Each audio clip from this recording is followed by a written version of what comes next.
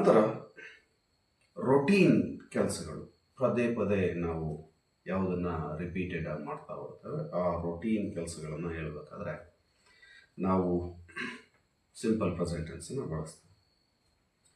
Ravi wakes up at 6 AM. Ravi wakes at 6 AM. Ravi ಎಷ್ಟೊತ್ತಿಗೆ ಹೇಳ್ತಾನೆ? ಬೆಳಗಿನ ಜಾವ 6 ಗಂಟೆಗೆ. ಅಂದರೆ ಪ್ರತಿ ದಿವಸ ಅವನು 6 ಗಂಟೆಗೆ ಹೇಳ್ತಾನೆ ಅಂತಕ್ಕಂಥದ್ದು. ಅದಾದಮೇಲೆ I go to sleep at 10 PM. I go to sleep at 10 PM.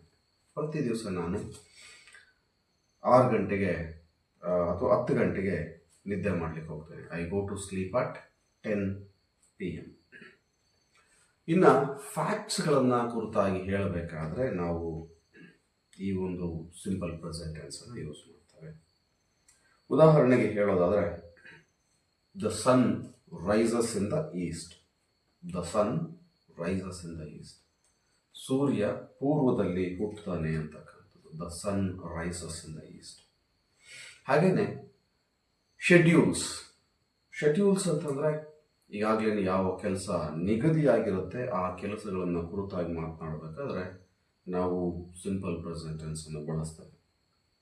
ಉದಾಹರಣೆಗೆ, ಅವರ್ ಸ್ಕೂಲ್ ಸ್ಟಾರ್ಟ್ಸ್ ಅಟ್ 10. ನಮ್ಮ ಶಾಲೆ 10 ಗಂಟೆಗೆ ಪ್ರಾರಂಭ ಆಗುತ್ತೆ ಅಂತಕ್ಕಂಥದ್ದು. The flight leaves at Noon. Aeroplane ಅಥವಾ ಯಾವುದೇನು ಶೆಡ್ಯೂಲ್ಡ್ ಆಗಿರುತ್ತೆ, ಮಧ್ಯಾಹ್ನ ಅದು ಹೊರಡುತ್ತೆ ಅಂತಕ್ಕಂಥದ್ದು. ಇದು ಶೆಡ್ಯೂಲ್ಸ್ಗಳ ಕುರಿತಾಗಿ.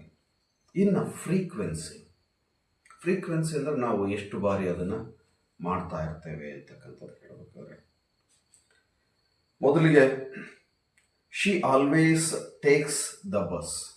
She always takes the bus.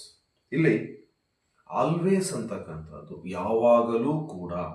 She always takes 100%, ಯಾವಾಗಲೂ ಕೂಡ. ಅಂದರೆ ಇದನ್ನು ಫ್ರೀಕ್ವೆನ್ಸಿ ಹೇಳಬೇಕಾದ್ರೆ ಇದನ್ನು 100% ನೋಡ್ತಾ ಇದ್ದೀರಿ. She often takes the bus. 75% ಅವಳು ಈ ಒಂದು ಬಸ್ಸಲ್ಲಿ ಹೋಗ್ತಾಳೆ ಅಂದಾಗ she often takes the bus.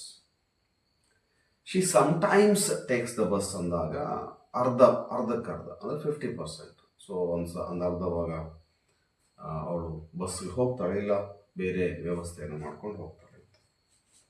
She rarely takes the bus ಅಂದಾಗ ಬಹಳ ಅಪರೂಪಕ್ಕೆ ಅವಳು ಬಸ್ಸನ್ನು